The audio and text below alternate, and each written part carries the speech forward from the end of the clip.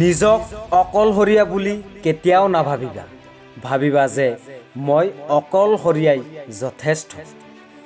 জন্ম হৈছোঁ অকলে, মৰিব লাগিব অকলে। গতিকে জীয়াই থকা দিনকেইটা বিন্দাছ নিজৰ মতে ইনজয় কৰি যাম। অকলে নিজানত নীৰৱতাক সংগী কৰি থকাৰো এক সুকীয়া মাদকতাও আছে। এবাৰ এই সোৱাদ লৈ চালেহে গম পোৱা যায় নীৰৱতাক ত্যাগ কৰা কিমান কঠিন। কেতিয়াবা কাৰোবাৰ ভালৰ বাবে নিজকে ত্যাগ কৰিও ভাল লাগে। আটাইতকৈ অধিক বিশ্বাস কৰাজনেই যেতিয়া বিশ্বাস ভাঙি দিয়ে, তেতিয়া আৰু কাৰোবাক বিশ্বাস কৰিবলৈ সাহস নহয়। জীৱনত লক্ষ্যপথত আগবাঢ়োতে লাহেকৈ যাওক বা বেগেৰে যাওক, কোনো কথা নাই, কিন্তু ভাগৰি ৰৈ নিদিব।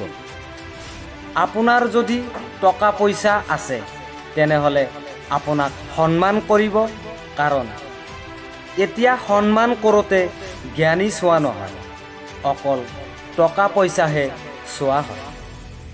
কেতিয়াবা গুৰুত্ব বুজিবলৈ দূৰত্বৰ প্ৰয়োজন হয়।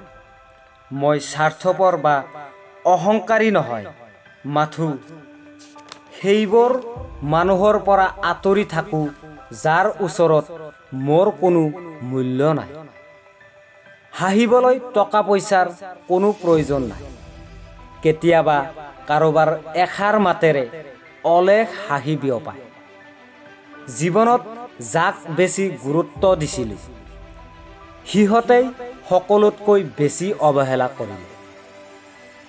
ধন সম্পত্তি নহয়, মানুহৰ জীৱনৰ সকলোতকৈ প্ৰয়োজনীয় বস্তুটো হ'ল মানসিক শক্তি। বৰ্তমান সমাজত মূৰ থিয় কৰি জীয়াই থাকিবলৈ হ'লে অলপ তেৰাবেকা হ'বই লাগিব। কাৰণ বৰ চিধা হৈ থাকিব বিচাৰিলে মানুহে দুৰ্বল বুলি ভাবি হেঁচা মাৰিহে ধৰিব। মনত ৰাখিবা, চিধা গজালৰ গাতহে হাতুৰিৰ কোব বেছি পৰে।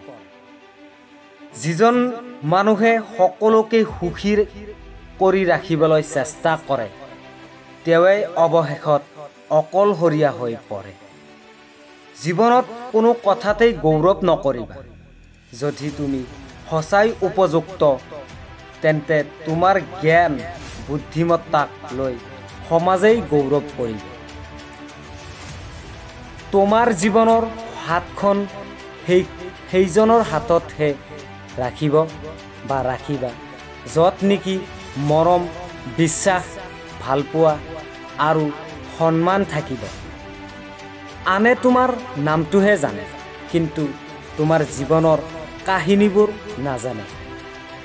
আনে তোমাৰ হাঁহিটোহে দেখিছে, কিন্তু কষ্টবোৰ দেখা নাই। আনে তোমাৰ বেয়াটোহে দেখে, কিন্তু ভালবোৰটো চোৱা নাই। তেতিয়াহ'লে আনৰ কথা শুনি হতাশ হ'বলৈ কি দৰকাৰ? নিজৰ মতে জীৱনটো সজোৱা, মাথো শুদ্ধ পথেৰে। জীৱনৰ প্ৰতিটো ভুলে মানুহক এটা এটাকে নতুন শিক্ষা দিয়ে, আৰু প্ৰতিটো ভুল শিক্ষাৰ পৰাই মানুহ সলনি হৈ যায়। জীৱনত পাৰিলে পানীৰ দৰে হ'বলৈ চেষ্টা কৰা। নিজৰ ৰাস্তা নিজেই তৈয়াৰ কৰি ল'ব পাৰিবা। হেৰাই যোৱা সূৰ্যক 12 ঘণ্টাৰ পিছত ঘূৰাই পোৱা যায়, কিন্তু এবাৰ হেৰাই যোৱা বিশ্বাসক গোটেই জীৱন অপেক্ষা কৰি ঘূৰাই পোৱা নাযায়। ভিডিঅ'টো ভাল লাগিলে আনকো শ্বেয়াৰ কৰি দেখাৰ বাবে সুযোগ কৰি দিব। মোৰ চেনেলত নতুন হৈ থাকিলে মোৰ অন্যান্য ভিডিঅ'বোৰ চাব, আৰু এনেকুৱা ধৰণৰ মটিভেশ্যনেল ভিডিঅ'বোৰ পাই থাকিবলৈ মোৰ চেনেলটো ছাবস্ক্ৰাইব কৰি ৰাখিব। ধন্যবাদ।